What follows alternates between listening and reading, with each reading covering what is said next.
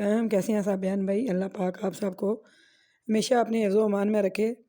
تو آج میں جو آپ کے ساتھ تصویریں شیئر کر رہی ہوں، یہ ایک بہت ہی اہم مسئلہ، بہت ہی اہم مسئلہ ہے کہ جو افغانستان میں پابندی لگائی گئی ہے لڑکیوں کی ہائی تعلیم پہ، مطلب ہائر ایجوکیشن جو ہے نا وہ لڑکیوں کے لیے بند ہے، اور وہ چھوٹا موٹا قاعدہ پڑھ لیں گی یا ہلکی پھلکی اخبار جو ہوگی وہ پڑھ لیں گی اپنی اخوانی زبان میں۔ تو یہ اس سے بڑی اور زیادتی اور کیا ہو سکتی ہے عورت کے ساتھ اس دور میں، جب کہ ہمارے پاک نبی صلی اللہ علیہ وسلم نے آج سے صدیوں پہلے حجۃ الوداع پہ یہ خطبہ دیا تھا کہ عورت اور مرد دونوں برابر ہیں اور دونوں علم حاصل کریں گے اور دونوں شانہ بشانہ ہیں، اور کبھی بھی عورت اور مرد میں کمی ایک دوسرے میں نہیں ہے، وہ برابر ہیں، گورے اور کالے میں کوئی ایک دوسرے سے بڑھ کے نہیں ہے، سب برابر ہے۔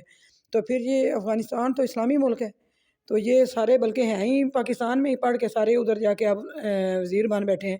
تو ادھر جا کے جاتے ہی مطلب عورتوں پہ ہی پابندی کہ نہ وہ پروفیسر بن سکتی ہیں، نہ وہ ٹیچنگ کر سکتی ہیں، نہ ہی وہ پڑھا سکتی ہیں، نہ وہ ڈاکٹر بن سکتی ہیں، نہ وہ کسی بھی شعبے میں نہیں آ سکتی۔ انہوں نے صرف گھر میں کسی کو کوئی ایک آدھ الف بے پڑھ لینا ہے قاعدہ، یا پھر اخبار وغیرہ پڑھ کے ایک دوسرے کو خبریں سنا دینی ہیں۔ تو اس سے بڑی اور کوئی گھٹن اور کوئی تباہ کن بات ہو ہی نہیں سکتی۔ مطلب وہ عورتیں جو ہے نا جتنی بھی ہیں افغانستان میں، وہ ان کے ذہن میں یہی جائے گا کہ ہم کیا افغانستان میں ہیں، افغانی ہیں، اس لیے ہمارا گناہ ہے کہ ہم اعلیٰ تعلیم حاصل نہیں کر سکتی، یا پھر جو ہماری پیدا ہونے والی بیٹیاں ہیں تو وہ بھی تعلیم حاصل نہیں کر سکتی، وہ بھی ہمارے جانوروں کی طرح۔ اور انسان کو اشرف المخلوقات اسی لیے کہا گیا ہے کہ وہ علم حاصل کر سکتا ہے، علم پھیلا سکتا ہے، شعور ہے اس میں۔ تو شعور کیسے آئے گا جب وہ علم کے دروازے بند کر دیے گئے ہیں ان کے اوپر؟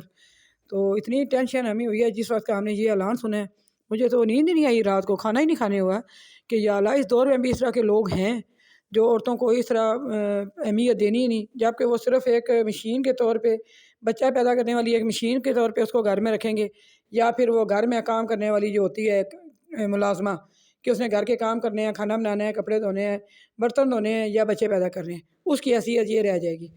تو اس طرح تو جو عورتیں ہیں وہ سٹریس کا شکار ہو جائیں گی، وہ ڈپریشن میں چلی جائیں گی۔ وہ اسی لیے ہی کہتے ہیں نا کہ ہمیشہ باشعور جو ہوتا ہے گھرانہ وہ ماں کے سر پہ ہی ہوتا ہے۔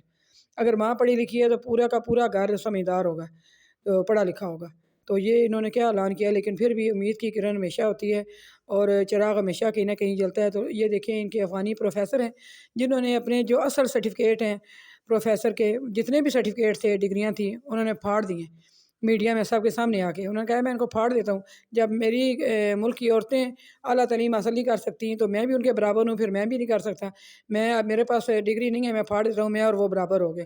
مطلب انہوں نے ایک کوشش کی، ایک صحیح کی، اور بہت اچھی کوشش ہے یہ، اس سے بہتر اور کوشش ہو نہیں سکتی۔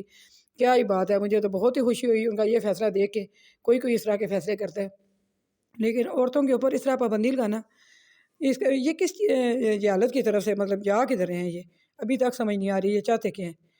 حالانکہ خود یہ اعلیٰ تعلیم یافتہ ہیں، اور یہ سارے کے سارے پاکستان میں ہی پلے بڑے ہیں، جو ادھر جا کے ابھی وزیر بن بیٹھے ہیں۔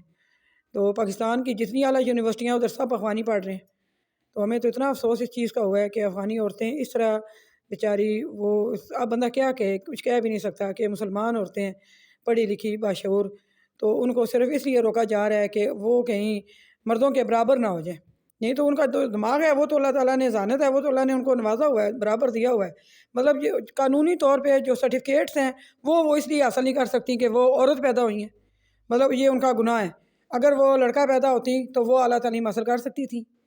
اس سے بڑی جہالت اور کیا ہو سکتی ہے؟ بہت اچھی بات ہے کہ دنیا میں لوگوں نے آواز اٹھائی ہے، آپ بھی آواز اٹھائیں۔ اگر میرا چینل اچھا